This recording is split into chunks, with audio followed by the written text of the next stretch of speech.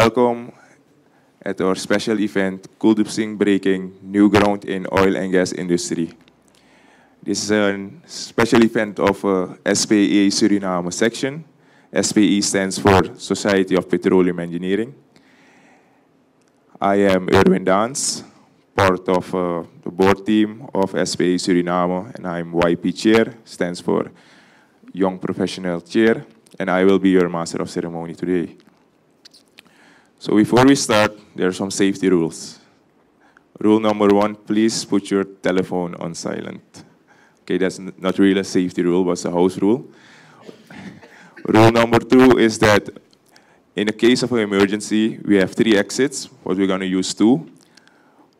One on my left hand and one behind you.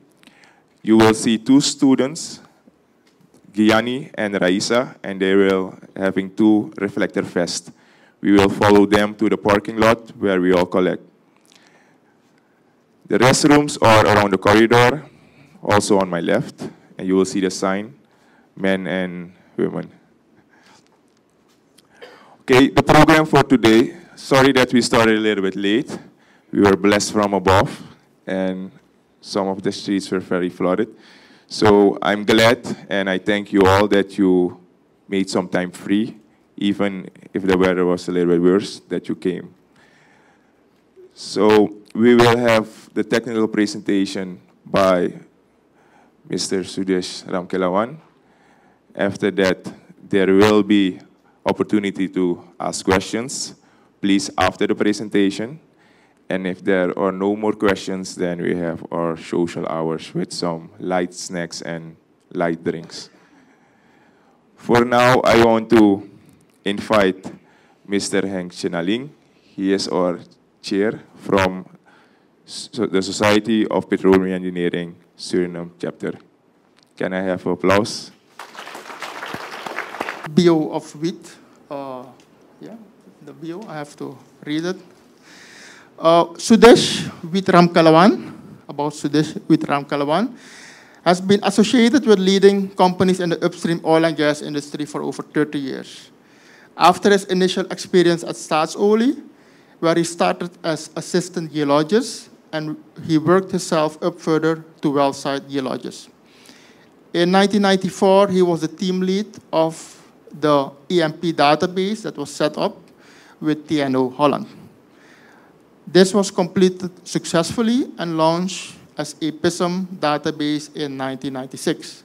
For the new generations here, when you guys are working with ProdView, the previous version of ProdView was a PISM. So WIT was the one who was working on that.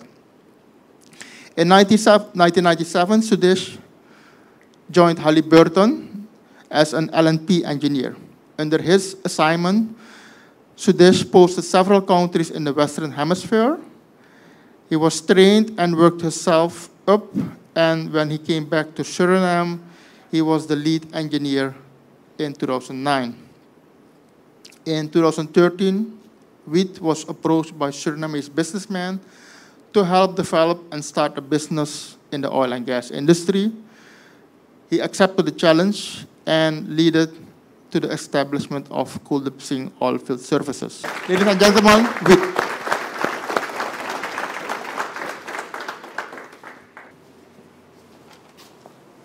All right, and thank you, Henk, and for the intro. I think we'll try to get further down, and I welcome you all, of course, and start as soon as Henk has taken so much time, and we don't want to stay that long over here, I guess. But anyhow, and I just wanna give you a head view of Kuldipsingh, how they had started up. From 1979, it started off as a hardware company, and along the line, you have seen they have diverged all the way, but they stayed in that building and mortar of a field until 2013. This was a different total line that was introduced. And before 2013, I should say, I had 3 brothers already working for Kuldipsingh, and everybody was asking me, when are you joining them? And I was always like, that will happen never, because I'm in a total different field. Surprise me, here I am. And it all started with Mr. Switring Kuldipsingh, the owner. And I got a call one morning, early morning. I was still sleeping, and my brother called me that Mr. Kuldipsingh requested to speak with you. I thought he did something wrong again in the company, and I have to come as an elder brother to see what happened. And the first thing he asked me, he told me that I'll keep it short. I want to get in oil and gas. I said, nice for you. You know what it is? He said, I don't know, but I want to head into oil and gas. And I looked at him and I said, well, there are so many things to do. What do you want to do? He said, I don't know. That's why I'm asking you, and I'm hiring you. And he's a very straightforward guy without trying with introduction and all. And I said, like, but do you know anything? He said, no, it was a Sunday and around lunchtime at that time. So I told him, listen, I'm going to introduce you to the oil field. I made some calls and we went out Saramacca. It was a Saturday, a rainy day, and he gathered some of his managers. We went with one car and we headed into Saramacca. I made some calls and we went to the rigs. And as we went to the rigs, I asked them to take their PPE, and I took only a raincoat. I never told them anything. So they out there, I see them wetting, and I think, like, by the time we get back, he will not get into this line. We went in the car, I asked him, what do you think? He said, I like it. I said, what? He said, yeah, no, I feel like this is it. I said, let me go to the swamp. We're already in Saramacca, let's go. And it was around like 3 o'clock already. And I said, let's stop at a shop, get a little drink, we wet, and get the skin a little bit hot, and we will go further. At that time, I'm waiting to become a little bit later, because everybody who has worked in Saramacca knows at 6 o'clock, mosquitoes starts to come in. So I said, this was my next thing. And we went on the airboat, we made calls, we went into the swamp. It became 6 o'clock, 6:30, so those things started to come. And everybody mashed him out. The managers were weaker, so they could not bear it. But they can't say anything because the boss there. And I'm just there, and I'm watching them. And I said, a lot of mosquitoes. They say, yeah, but what happened with you? Nothing wrong with you. I said, hey, I'm 20 years here. I'm immune. I don't feel. He never knew, of course, they had repellent stick, and I only use it for myself. I never gave it. I guess, guys, that's why you all had to beat those mosquitoes. But that's how he was introduced. And he was so much, he had the eager to get into this. And no matter what, even the mosquitoes that were full, because if it rains, a lot of mosquitoes comes up. He wanted to get into that field. So he had a desire to get into it. And it started like that. And of course, when I was requested, we saw there was a future. That time I was at Halliburton. You can understand that, you know, working as at that time I had left the expat value. I was here as a local. And this challenge came up. So you had to look, and at a certain point, I saw something that I could develop, and let me go through that challenge. And the rest was pusher. You can see we always believed. I've started off as a geologist, so geologist is always optimistic in finding oil. And I also till now believe since 2013, we will hit. Sooner or later, just it's a matter of time. With a low risk now with the Guyana finds, it's even coming closer now. That in mind, I approved in joining Kuldipsingh. And at that time, of course, you had to hire people. I can't do the job alone. And the university here was mainly geared in mining. There's no petroleum and people coming out.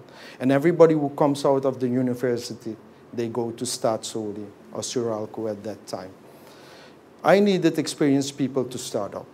So I asked a few of the Staatsolie guys, I think around 3 of them, to come and join. I gave them individually, I will not call names, but I have asked them individually to come, and I had put the project for them.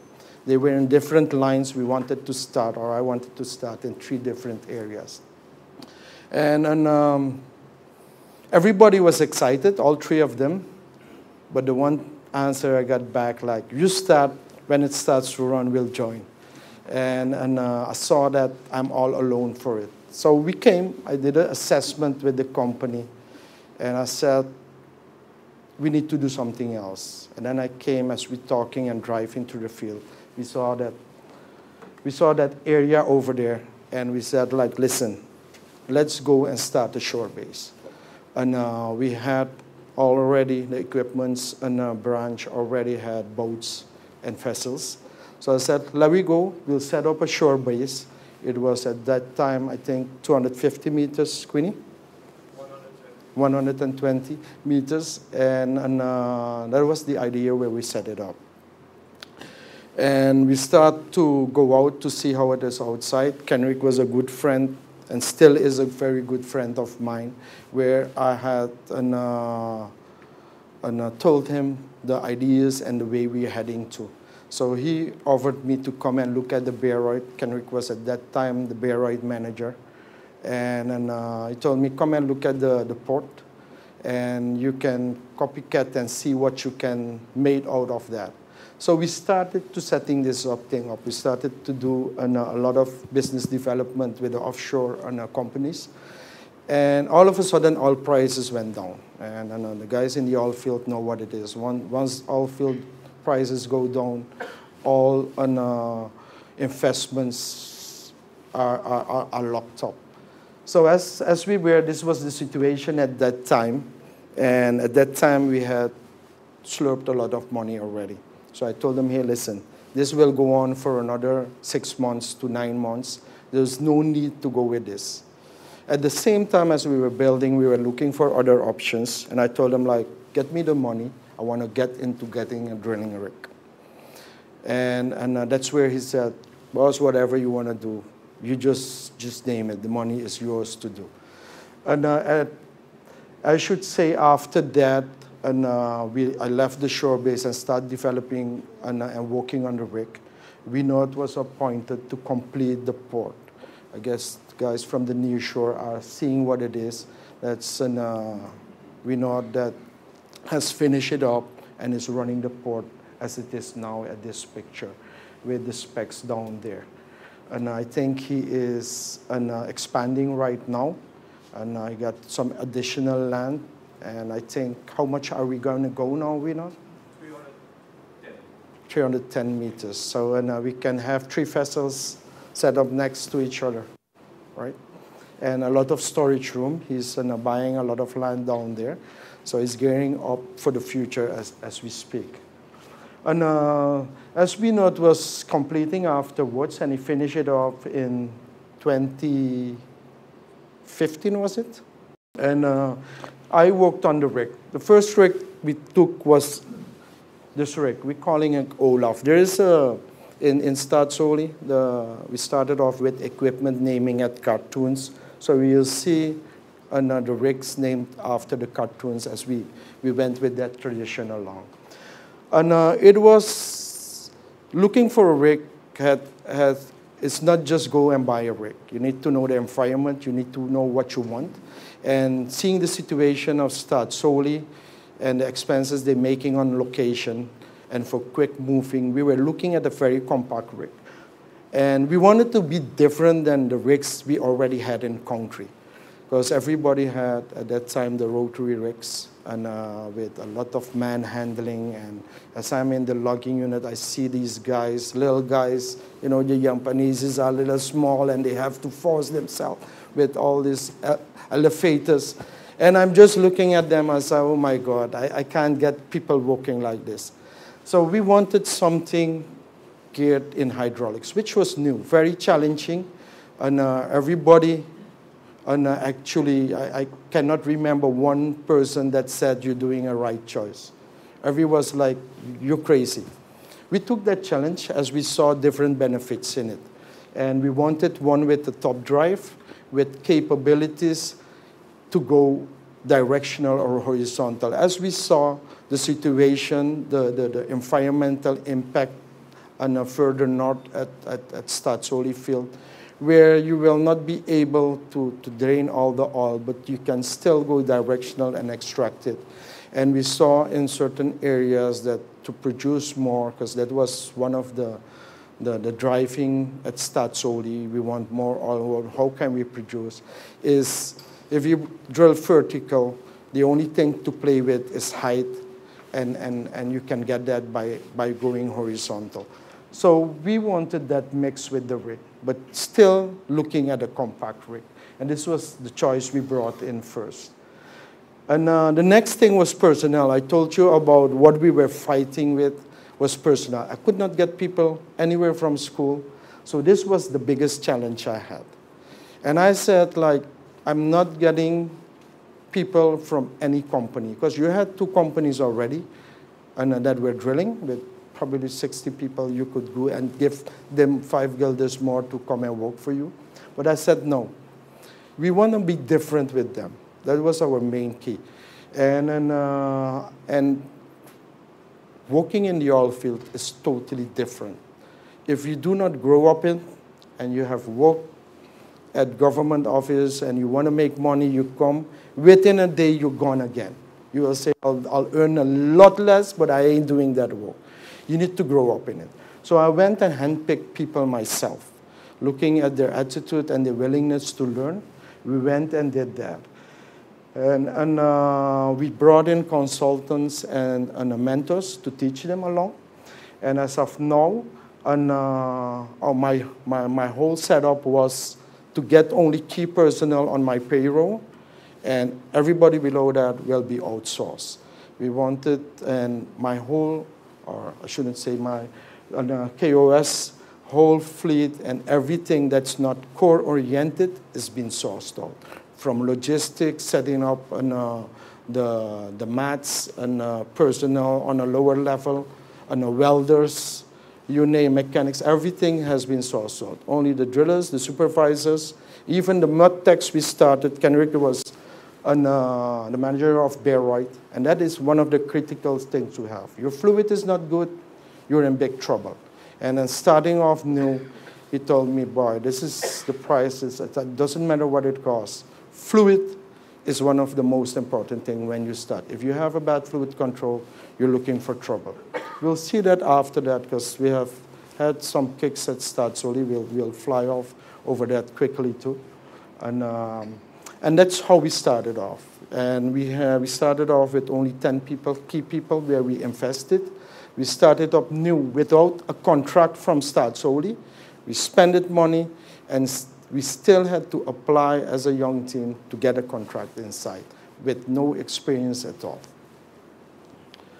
And we did our own design and a lot of equipments. The ramp, you saw the rig on it, the mud pits, and some of the rig up equipment, all were also certified and used in that rig. You cannot come. The rig was certified also afterwards to get into gear. And then we started, as Hank had mentioned earlier, in 2014. And we started off with a workover program. That means wells that were drilled already, not producing up to what it was before. You had to go clean up, reactivate the well, and produce them. And after that, we got some water wells. I think the first water well we drilled was at the refinery. The well is still producing water. We never got a call afterwards. We got also some 5 wells from the government at that time. And that was drilled also under the contract of Start solely. And we did our first oil well in 2015, finally. That was it, and it's a marking point in our milestones. And unfortunately, we get a problem again. Prices start going down. Start solely shut down the development drilling, and we were down for 9 months, and it picked up again 9 months later. And we went on the second rig to buy. Things started to evolve, and that was in 2017. 2 years later, we bought this rig. At a certain point, as we were with that rig, solely started to get into serious discussions and going horizontal. We picked the opportunity, and we went into this discussion. These were discussions with Schlumberger, Staatsolie, and I just in and I said, my rig can do it. And we started to get information from Schlumberger, what was required, what are the specs that a rig should be needed. And actually, without them knowing, they consulted us how the rig should look like. So I started to make the team. We had a young team, eager. I showed them what it was. And everybody on the net looking for rigs started to make calls until we got Shram, or we chose Shram to go off. And one of the major things why we took Shram was for the automated pipe loaders. It was safe. It had all the capabilities to go horizontal. And except for horizontal, I wanted a rig that can cover the whole land exploration. And until today, I still feel that Staatsolie is doing not enough. I don't hope that this is a strong statement, not enough for exploration on land. I've seen they going over to lease the blocks now. But the block we have right now will be, we're not actually increasing our reserves. And it's for a few years already that the exploration campaign has been on a low pile. And thinking about that aggressiveness that Staatsolie might have had, we went and chose for a bigger rig to cover the whole on the west as well, because the geologists know if the wester we go, the dip, the sediment package are a little bit deeper, and we wanted the rig to go at least to 10,000 feet and even cover. And the idea was also, if we cannot go in the marshy systems and where the mudslide and the low slope to near shore is muddy, we can still stay on the slope and go directional to get data into the sea. That was the idea to go for this rig. Not that heavy, but still to have different options to be ready for Staatsolie in case they go that way. So that was the idea in choosing this rig. And this was the one we thought was best fitted for us. And for people that should know, because we have some non-technical people here, this is the idea about horizontal. You come in straight, once you get where the oil is, you go horizontal. And we had done, Kuldipsingh has done the first horizontal wells in Suriname. It's a milestone we're very proud of. We have been in highly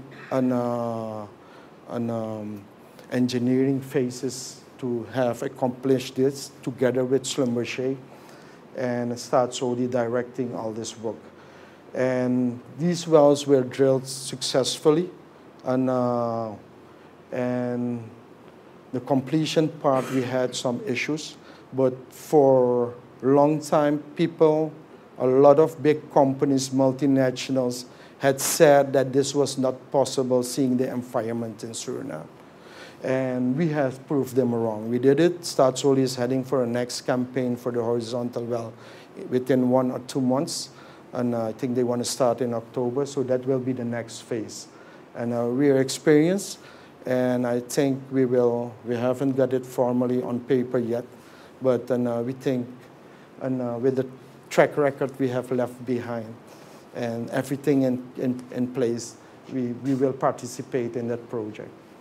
This is an overview to tell you from what we have drilled in wells till today, 226 wells in total. And we have broken it up in workovers, 11 workovers. You could see that the workovers were in the beginning. After that, it was a little bit silent on workovers. And we had drilled some water wells in the first year. And the horizontals well was then in 2017 and 2018. Those are the red dots. And you could see in general, we drill about 80 wells a year. And in 2019, so far to date, we have 57 wells drilled. And we have still 5 months to go to complete that. In between, if we get the horizontal wells, and we'll see how that will impact the total amount.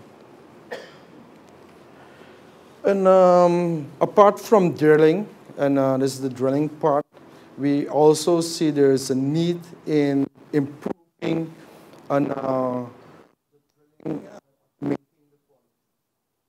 in an agreement with Payson. Payson is a company that is specialized in electronic drilling monitoring. And why we took Payson? Because there are different companies that are doing this. And we also investigated what Staatsolie is doing. And their main database right now is WellView. So they want every data into WellView.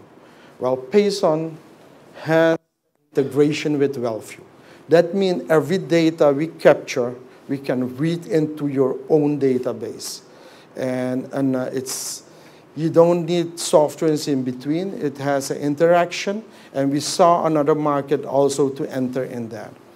But our first priority was to get into the EDR system for our own benefit in improving efficiency. And by viewing everything live, you see the television in the back of you. That is right now a live view of a well that is being drilled right now. If you go closer and afterwards, you see the depth running. I think from this distance, I think they're coming out of hole. They have reached TD already, and they're pulling out pipes right now, if I see the dots. And this is live view. What we do with our engineers out of office, we follow what's going on. And in critical processes, we have our people. Doesn't matter if it's in the night. We save time by driving and sending engineers in the night and maintain this out from the office or from home. We have it on our smartphones. We have it on our laptops. We have it on our iPads. So this is a generation where we went further down. And we have a drilling guidance where we upload how we want to drill the well. We put in a proposal how we want to go, and the drillers has to follow that. It's easy. You have the lines, whatever line has been uploaded, you follow, and this is improving efficiency and wellbore integrity. And the WellView, I just spoke about that, the integration of all this data to have it easily for management purpose for Staatsolie's database. And this is a very quick overview that you can do a lot of analytics with these data. And you can put your workbench, and we're doing that for each process. We break it down and we check out the workbench. Any process that's taking more time than we have predicted needs to be evaluated, and I need a quality report for all this. And this has been processed by quality engineers on a daily basis. And that's why we're drilling that many wells in a safe manner and efficient manner. We get all our data all the way to the, people know who are in the field, when we have the supervisor, they mess up, they scratch and they write different reports how it should be. You cannot beat this system. We also have another service that we do, this mod logging, and it's also partnering with other companies where we do. And on a request of Staatsolie, especially on the appraisal wells, we have spent time. And you see, we train them guys.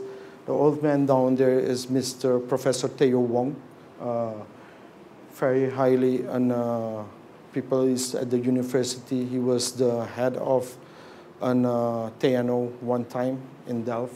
And I think, I'm not, he should be retired. He's too old to still be active. But then he has a bag of knowledge which we utilize to upgrade our people. And this is a quick overview of our man hours. And we started off in 2015. Up to date, we have more than 700,000 man hours. And everybody wants to look at, of course, the safety performance. And you could see we have just one lost work case. And one of the main reasons having less incidents is because of the automation of the rig. You don't have finger cuts in or hand cuts in. And this was someone who fell from the truck. And by the way, it wasn't a Kuldipsingh equipment truck, it was our own. So don't feel offended, Shailesh. And one of our achievements, it is lucky, just today we have reached 1,000 days since the last lost work case. So another milestone today again. And This is one thing we're proud of, and we have Breaking come in at, and we sent off an article to Oilfield Technology, which was accepted and placed on a magazine. I guess most of, especially international guys, are getting the magazine on a monthly. This was the October edition, I think, last year in 2018, that had put Kuldipsingh on the international map in oil and gas. And we had this same motto going, breaking young grounds in Suriname. It's 5 years and we still want to go further down. And people who has left their emails, we can, if they're interested, we can send just this article, good article to read through. What next? You know, and the road ahead. And we've started with the shore base, we have downstream drilling. Where does call, is this it for Kuldipsingh? No. We're going further. We're partnering right now with Southern Chemicals. We're heading now to downstream. Actually, it's just probably next week, everything is set. I've just came off from this company. And we will be representing and getting into crude treatment. And it's something new. We are going to set up a blending plant over here. That means we will pick up raw material as what, because that was very critical for us. And as immersion is changing with every changes in the field and additional injection that's been done. So we wanted the lab and the blending treatment over here. And that was a key in the negotiations. And then we have, or the company Southern Chemicals had started the projects already in the Jersey area, which is successful. And we want to expand that further. We will go, we will have to compete with big boys, Nalco, Champion, MI, and but hell, the first ones we did, we went and challenged the big boys there as well. And we feel confident, and we're heading into this product line as well. These are some future stuff we talk. This is data acquisition, and well, you've seen in my biodata, that's where I started off at Halliburton. It's still at my heart. I want to put in production logging. We'll leave the open hole logging and everything for the big boys, but I think we want to go low cost, and we are talking with a few people already. It's just in the preliminary phases. That's why you see it's 21. And, but we're seeking further, and I think the next step in Start solely will be IOR, trying to see how to improve oil recovery. But to do the right thing and not just pick up what you get from experience in other countries, right thing is to get data. And we're trying to fit in a good data acquisition where we can go see if there is depletion, if there is skin, if it is just restructuring of the formation. And we want to just go with production logging tools to find out at a very low cost. The spending unit, that's easy. It's not too highly skilled as it is. And it's only that we need resources, and we cannot do all our projects one after the other. We need some time to go, but this is also one of the dreams we want to do and pick up to. And we have not set up, but we have put it here that this is also our ambition to have that here. As you will see, we are trying to do what is being done by foreigners, by multinationals, and people abroad. We are not here to attack locals or business people who have or doing something already in the oil and gas. We leave that for them. We're here to bring and enforce that local content, whatever is being done by people outside. And this is a lease operator. We have been approached by one of the potential lease operator of the land blocks to work in a joint. And we have not started negotiations. It's just few preliminary talks. I will not go further down as this is very sensitive and the operator is still negotiating with Staatsoli. So we will have it on a low profile, but we still want to keep the difference between a service company and being an operator. So maybe a different entity will be risen up as well. I am very interested in do this. It will bring a different approach to Kuldipsingh as an, you know, I don't know if I should refill my ideas, but I think there will be a lot of depleted fields that will be left, because once we hit the find, the whole focus will be offshore. And this is a very nice small thing to get to learn lessons here and to teach young engineers and gear them up for the future to go and get the depleted fields in a we're talking about 5 to 10 years. I hope I'm still around to make that. And the next thing is nearshore. See, the nearshore people here are like, wow, you're heading down there. And yes, we have done, this is a firm statement, we have done a MOU already with the company. Just call them if I can refill their name today. They said it's fine. And we have an MOU with Swift Drilling. And this is one of the jackups, they have several jackups which will be suitable to do nearshore operation. We will participate in the services we are here already in with. And we have dropped the ball tonight. The nearshore team is here, that willing, and we are open to get into this field. And we have already signed a MOU, and it all depends on how the development in nearshore will follow up after this. I know we have set up 2020, and we have done 2 wells already. I think we're heading for the 3rd well. It depends on, of course, again, oil prices, the room to go further with the next step for exploration nearshore. But even though we are preparing ourselves to make this next step as well. And then this is a slide where we want to emphasize that, you know, we want to develop local content. I've seen it in the mining, and not too many people, although we are 100 years in the mining, not many or almost no company is in the mining sector. And the same thing with the oil and gas. I think Kuldipsingh is the only one now specific in specialized product lines. We want to develop that. We want to engage that asset, that human asset as well over here. And we're not ashamed to work with partners outside, because we want to bring that international technology over here to put them in. Everybody wants to go to Staatsoli and soaking them over.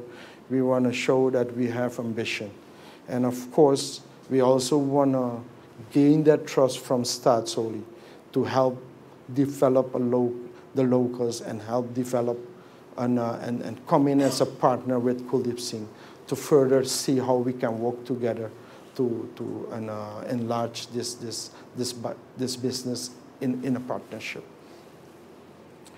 And this is in a nutshell the milestones, and it's self-explanatory. We started in 2013, where we purchased the first rig in that same year. And as we see, we went all the way until the end of 2014, where we got our first contract. And this was a funny thing to get the first contract. Maybe I should tell you this story. And you know, like when you go to a bidding, everybody should ask, how the hell is this guy? They don't have people, they don't have expertise, and they got the contract. And let me tell you, when I started 2013, I started telling everyone, the rig is coming. And I didn't know that even I will get a rig. And the word was spread out already. So we went to the procurement and told them that we're coming, the rig is sailing, you know. So we get invited. I had no rig. So I make sure I put a high price. Boom, this was there. You will not get the job. So no, we didn't get it. in between, the rig came in at the end. I said, you saw the rig? They said, yeah. We get another contract. But you still had to do so many things to prepare. You know, it took me a year to design, to get every auxiliaries inside. I said, the rig here, I'm ready to drill. What should I? I said, another bit. It doesn't go like that. The bidding. We put, I'm not ready. Put the high price again. Boom, boom. So the third one came as we start to finish off. The third bid came in.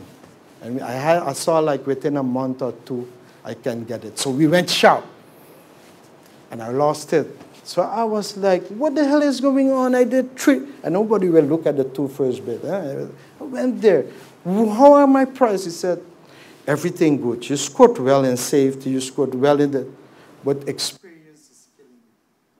So I wrote a letter to the director. I said, what the hell? We invested. We have everything. Since 2013, I'm doing in bids. We have all this investment sitting, and I can't get work. Get me a trial. And that's where we got the trial. And we were ready, and we got that bid for the first time to get and prove ourselves. And in just 3 months, we picked up. In the beginning, we struggled a lot. We had very young engineers here.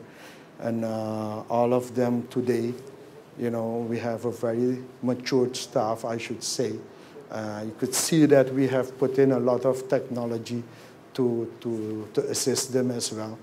And as of today, I can tell you, we have a very, very competent staff that is doing a very good job and is performing within the workbenches we have set.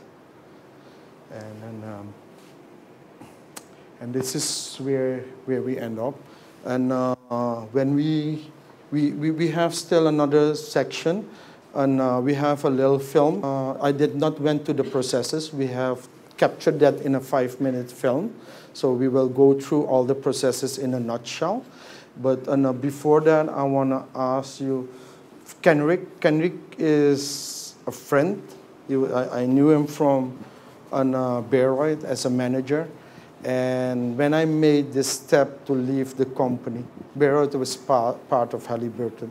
When I went over there and took this challenge, he encouraged me from the beginning and supported me throughout. And I could tell you, like, you know, through all the challenges I went, at a certain point, I told Kenrick what the shit I was landed in. You know, I was literally crying as I was going through. I said I was earning good money. I had it done. Why should I have picked this up? And I should tell you one thing too. I admire Mr. Kuldipsingh for trusting me in millions of dollars to start something. I never knew him before. He didn't know me, I guess. And, but trusting so much money had put a lot of weight on my shoulders as well. And today, I want to thank him as well for giving me the opportunity and accomplish this as what it is. And we want to bring this over. But Kenrick had seen it from outside, how it had started. I would appreciate, Kenrick, if you can give the young lads, especially down there from the university, how it went on. Me to say a few words. The only problem is he asked me to say something good. so it's going to be tough. So anyhow, I penned a few words because if I stood here without this, I would overtalk. So let me just go through the words I've penned here. So guests, ladies and gentlemen, first of all, I'm honored to be an invitee here today. I was really surprised and honored when he called me. I was on my way back from Houston. I landed in Piaco Airport and jumped on an next-plane and came here. And I'm flattered by your kind words of my friend Suresh. But I'll take all the kudos I get at this age. But I keep asking myself why I was given this honor to say something. I just keep asking that when he asked me that a few hours ago. And I started to question, is it because I was the one person he shared his vision 5 years ago for a fully owned and operated Surinamese drilling contractor, which he did. And we spoke about it. We spoke about the foreign contractors. We talked a lot. We went through the experience in Trinidad, where we went from multinational drilling contractors to locally developed drilling contractors, both onshore and offshore. So we had a lot of time to talk about that. I also asked myself, is it because he shared a vision for a company that will invest capital in both fixed and human assets, developing Surinamese nationals as a priority? And that he did.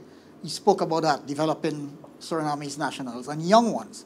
We spoke about that local content in the context of the experience and the value of experience. And those of us who old like me, we think we experience. But in those discussions and for the young folks, there's a lot of experience that is not needed, that is useless in us older guys. And he was going to focus on the relevant experience and develop. We spoke about the challenges of the older guys like myself on learning. It's a very difficult process. So we were brainstorming that. We spoke about that, and he was sourcing people. We were talking about that. So the whole human resource aspect was foremost in his mind. So I felt that is why he asked me to talk. Also, I felt he may have asked me because of the small contribution, Beroyd, whom I managed, the company I managed previously, that we contributed to the training and development. We had our people come in here, our subject matter experts, and worked with his people and had ongoing training. Well, what I would like to think, and I think he mentioned these words, it comes down to the encouragement and support I gave him along this journey. I don't know if he was drinking when he called, but he was crying. He said, boy, this is pressure. So we had a lot of those talks. And it is very rewarding for me personally, and I'm sure for most of everybody, to see it come to fruition today in the name of a company that is well placed on the experience and learning curve for 5 years now in construction. And I use this word construction because Sudesh likes to differentiate himself. He's different.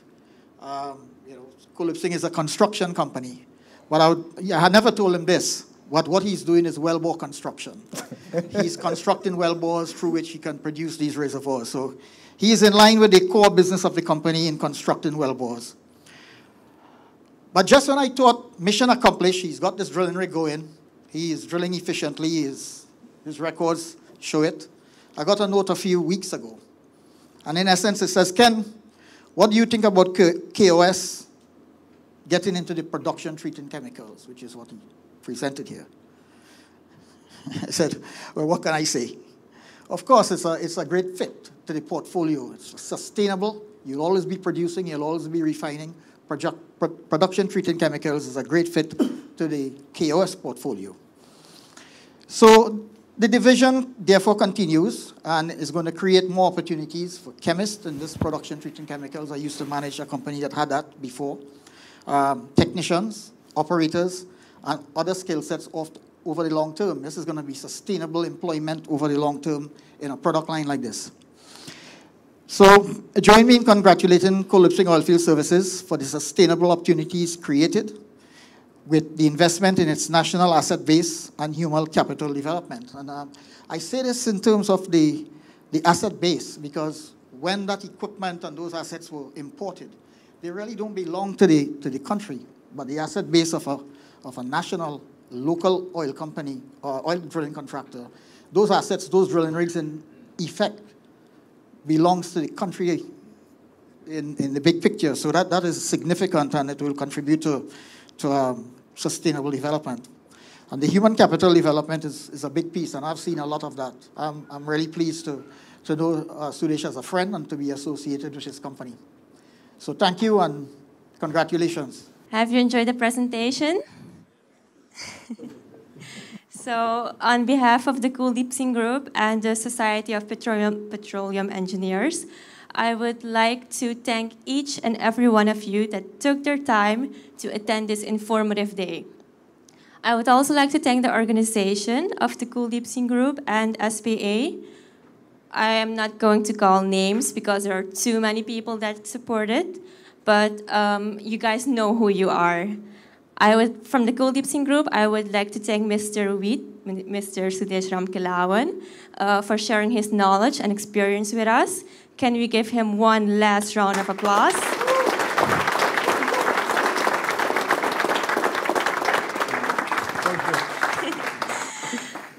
From SPA, I would like to thank Mr. Hank Chinelli for organizing this event. Can we also give him an applause? So, unfortunately, all good things come to an end. So, I want to end this night. Thank you, everyone. Als we praten over Kuldipsingh Oilfield Services, denk ik dat dat helemaal nieuw zal klinken in de oren bij de Surinaamse gemeenschap. Kunt u wat uitleggen over Kuldipsingh Oilfield Services? Ja, het is allemaal in 2013 gestart en ik ben binnen het bedrijf aangetrokken omdat de aandeelhouders wilden diversifiëren en in de olie- en gasindustrie wilden binnenstappen. En toen kwam ik binnen om daar vorm aan te geven. En 6 jaar verder houdt Kuldipsingh Oilfield Service zich voornamelijk bezig met het boren van putten bij staatsolie en overwegend op land. En waar worden nu de werkzaamheden uitgevoerd? Overwegend in Saramacca en op het staatsolieterrein en daarbuiten in de directe omgeving in het district Saramacca. Succesverhalen? Nou, we hebben heel wat milestones tot nu toe bereikt. En we hebben op een gegeven moment, los van de eerste richt die we hebben binnengebracht met een topdrive, dat een beetje uniek was in Suriname. Overwegend werden er mechanische richts hier binnengebracht. En een tweede punt dat merkbaar is ook een boormachine die veel meer capaciteiten heeft en voornamelijk uitgerust is om horizontaal te boren. We hebben meegedaan in een project en dat was heel prestigieus, waarbij wij 4 horizontale putten succesvol hebben geboord met de bedoeling om de productie te verhogen en iets anders te proberen om meer footage te maken in de oliezanden. Dat hebben we samen gedaan met de multinational Schlumberger. En daarnaast hebben wij een artikel uitgeschreven dat geplaatst is in een gezaghebbende internationale maandblad in de olie- en gasindustrie. Het enigste Surinaams bedrijf dat dat heeft bereikt. En het zijn een paar van de grote milestones die wij heel erg koesteren. Ja. Maar is diversificatie de enige reden of de reden geweest dat Kuldipsingh ook deze richting is opgegaan? Nee, er zijn voldoende motieven. Je moet weten dat een olie en gas heel dominant is en een vitale rol speelt in de economie. Niet alleen in Suriname, maar over de hele wereld. En het gaat voor lange tijd nog heel dominant zijn. Dus er is een grote behoefte om je verder te verrijken. Wij van Kuldipsingh Oilfield Services zijn ervan overtuigd dat de voorraden er zijn in dit land. Die moeten nog alleen geëxploreerd en benut worden. En het wordt nu wat hectischer, vooral met de vondsten in Guyana. Dus 5 jaar terug hadden we die belief al en het komt alleen maar dichterbij in zicht. We prepareren ons ook voor de toekomst, waarbij wij allianties aangaan met buitenlandse multinationals om samen met hun onze diensten uit te breiden. En dat zijn een paar van de belangrijke motieven waarom we die richting op zijn gegaan. Ja. En alles met lokaal kader? Klopt, wij hebben 100% lokaal kader. In het begin was het heel moeilijk. Je begrijpt dat iedereen die al een werk heeft en bij de opstart heb je ervaren personeel nodig. De meeste mensen zitten dan bij staatsolie en die willen niet bij een bedrijf gaan die pas opkomt. Dus dat was heel moeilijk in het prille begin. We hebben toen een lokale jongens zelf uitgezocht op de universiteiten en op het NATIN. Die hebben we dan opgeleid, zowel lokaal hier als in het buitenland, flink geïnvesteerd. En vandaag de dag plukken we de vruchten ervan af. Hoeveel man bij Kuldipsingh Oilfield Services? Wij hebben totaal in de operatie rond 120 man.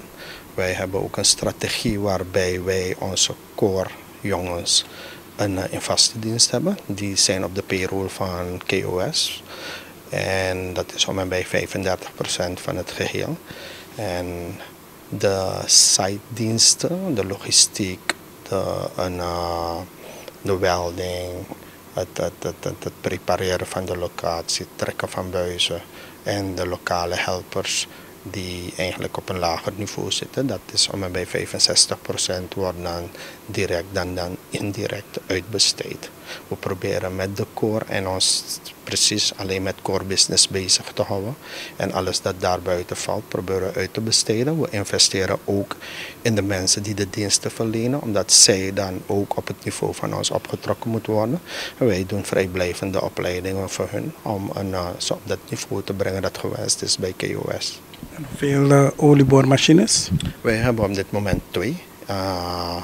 Beide hebben een pulling capacity. Dus, en dat betekent hoe diep kan je gaan. Die varieert van 6000 tot 9000 voet. En u sprak over, met name, u legde de nadruk dat voorlopig nog op land. Dus, maar denken jullie ook nog offshore? Dat klopt. Wij hebben nu al allianties gesloten met buitenlandse bedrijven die offshore platforms hebben. Ik ben 3 maanden terug nog weg geweest om alvast een preliminary MOU op te tekenen.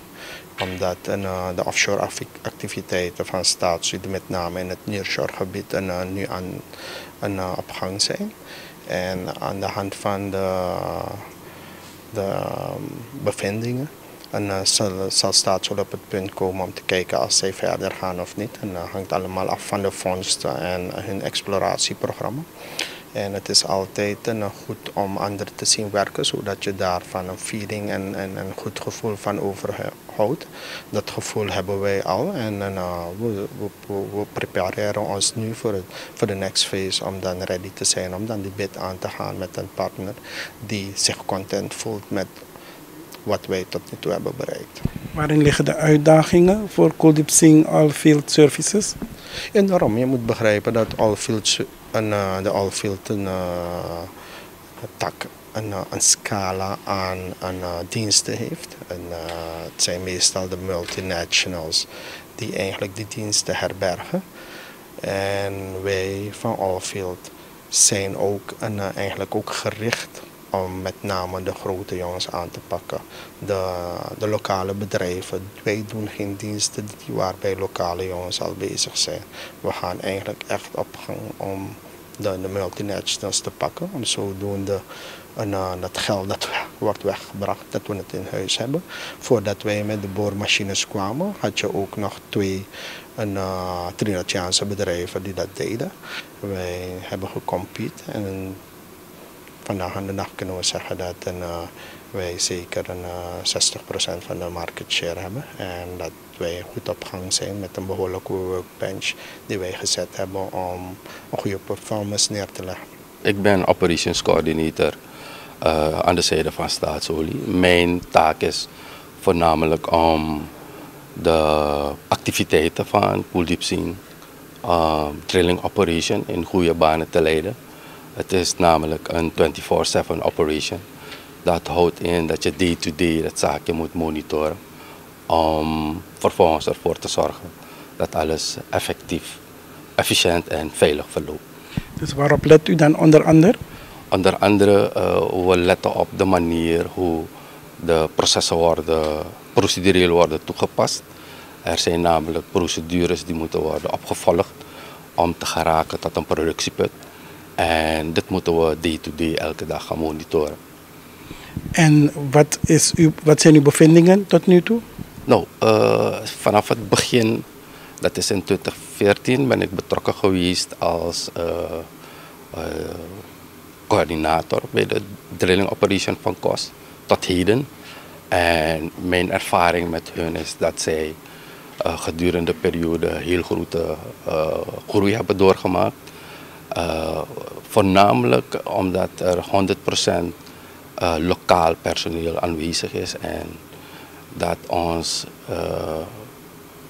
aangeeft dat wij Surinamers dus dit werk ook heel prima kunnen doen. Het is een heel succesvolle bedrijf tot nu toe in de korte periode. En het is een hele goede samenwerking met hen tot nu toe. En aan wie rapporteert u uw bevindingen? Ik heb in mijn hiërarchie namelijk een afdelingshoofd intern en vervolgens naar de manager toe. Dat is de rapportagevorm. Ja. En achter u zien we Rig Gijs. Hoe werkt dat allemaal? Het is namelijk een ingewikkelde proces die bij kan zien wat 8 dagen in beslag neemt. In grote lijnen houdt dat in dat jij een gat in het grond maakt, kijkt wat het olie voorkomt, middels verbuizingen het zaakje stevig vastmaakt en dan de productie ter hand neemt. Dat is simpelweg uitgelegd, maar dit gebeurt allemaal 8 tot 9 dagen en een nogal ingewikkelde proces. Heel veel technische aspecten die bij komen kijken. Kortom, ingewikkeld, maar heel interessant. En het is een Surinaams bedrijf. Valt het juist daarmee dan makkelijk te werken?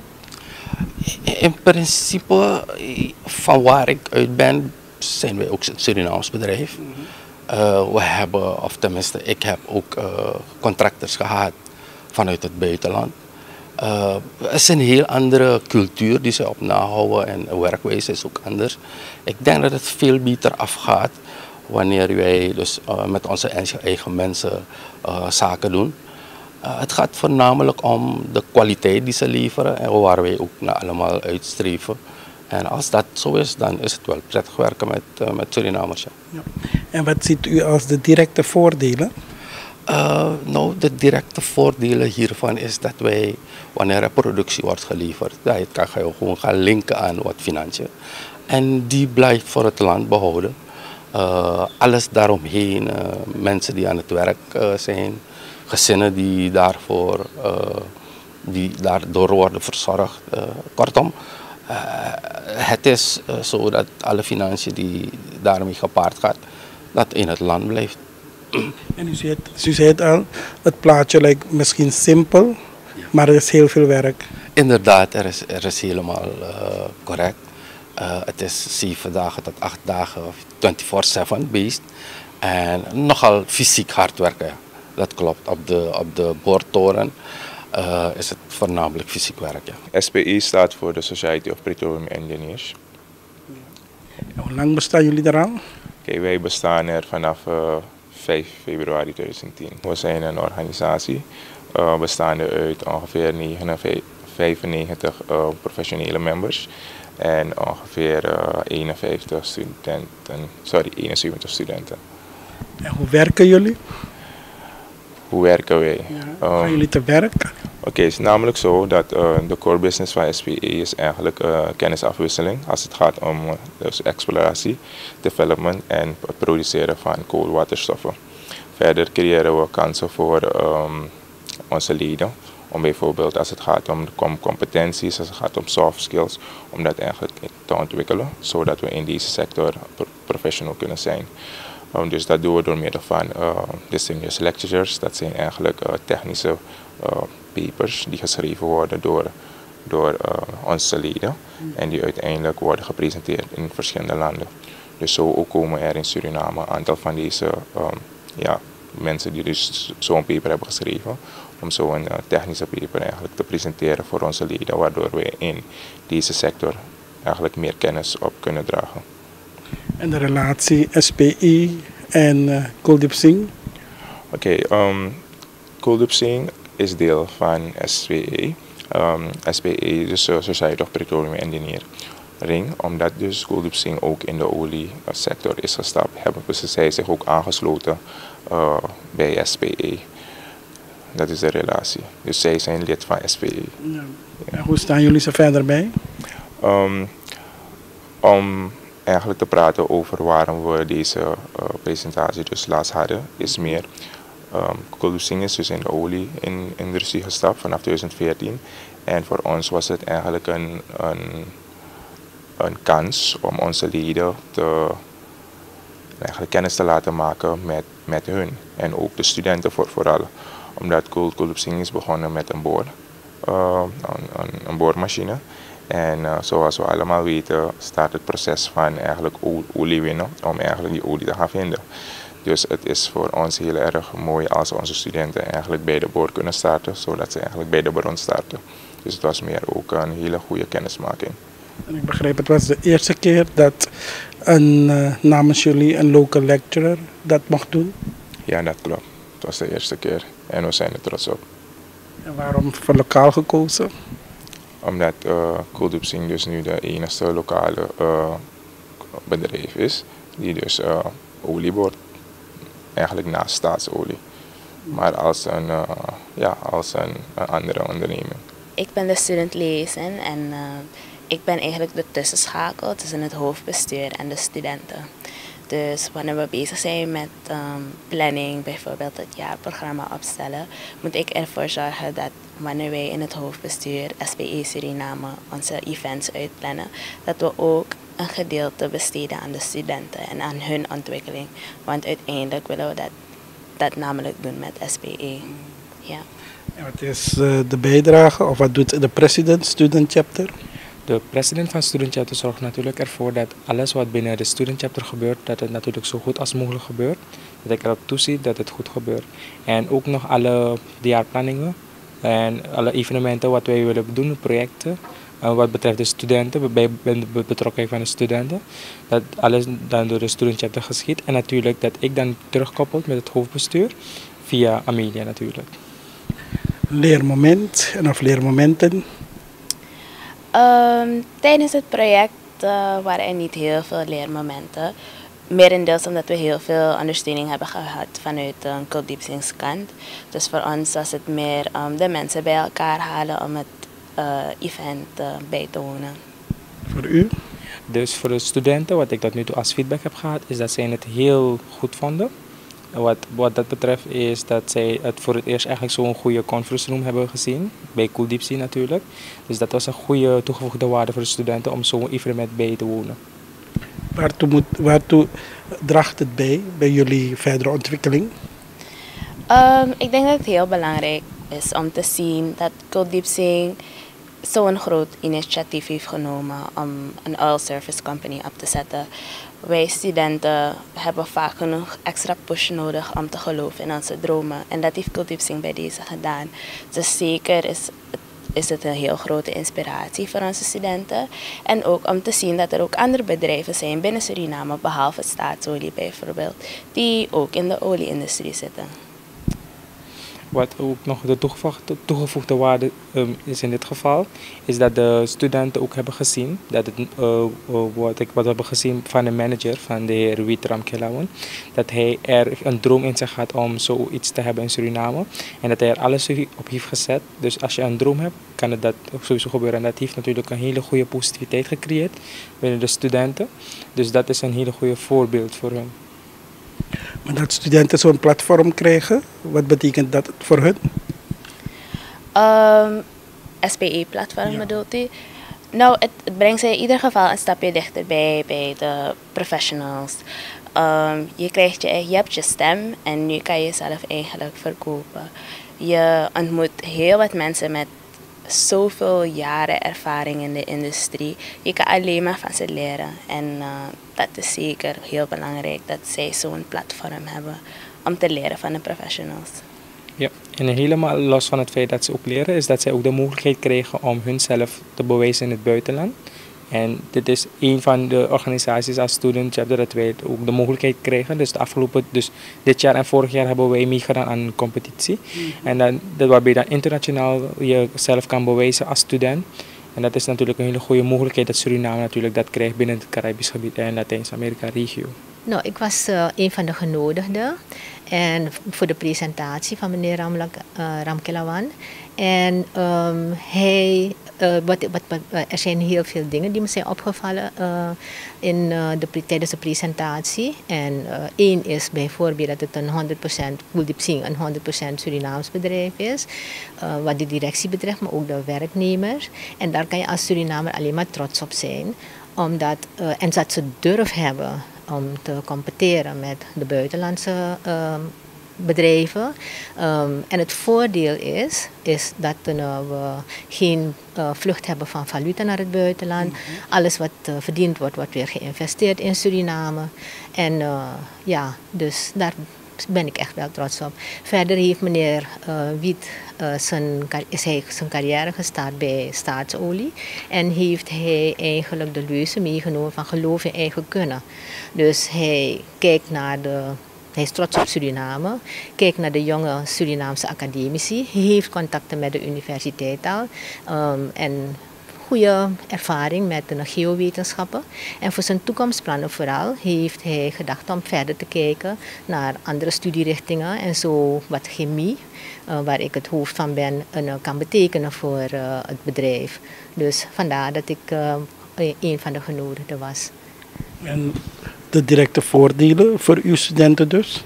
Ja, dat ze hun kennis kunnen ten dienste stellen van het bedrijf, om het bedrijf ook tot grotere hoogte te brengen, want dat is eigenlijk de bedoeling. Het is een Surinaams bedrijf, dus je moet daarbij helpen.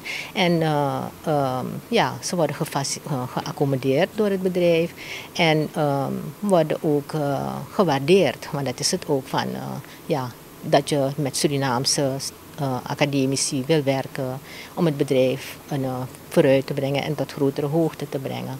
Dus dat is toch wel prettig om dat te kunnen. En chemie is een jonge studierichting, maar we kunnen wel een bijdrage leveren. Ik ben ervan overtuigd, want een van de toekomstplannen is bijvoorbeeld dat hij wil gaan werken met chemicaliën. Dus het bedrijf heeft ook innovatie voor ogen.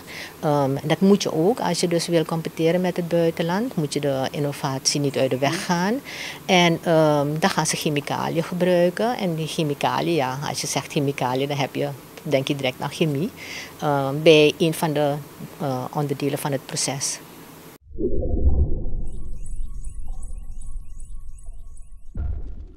Good day all. With this video we would like to introduce KOS drilling, operated by 100% local content. We wish you a pleasant viewing and hope you enjoy it. Thank you.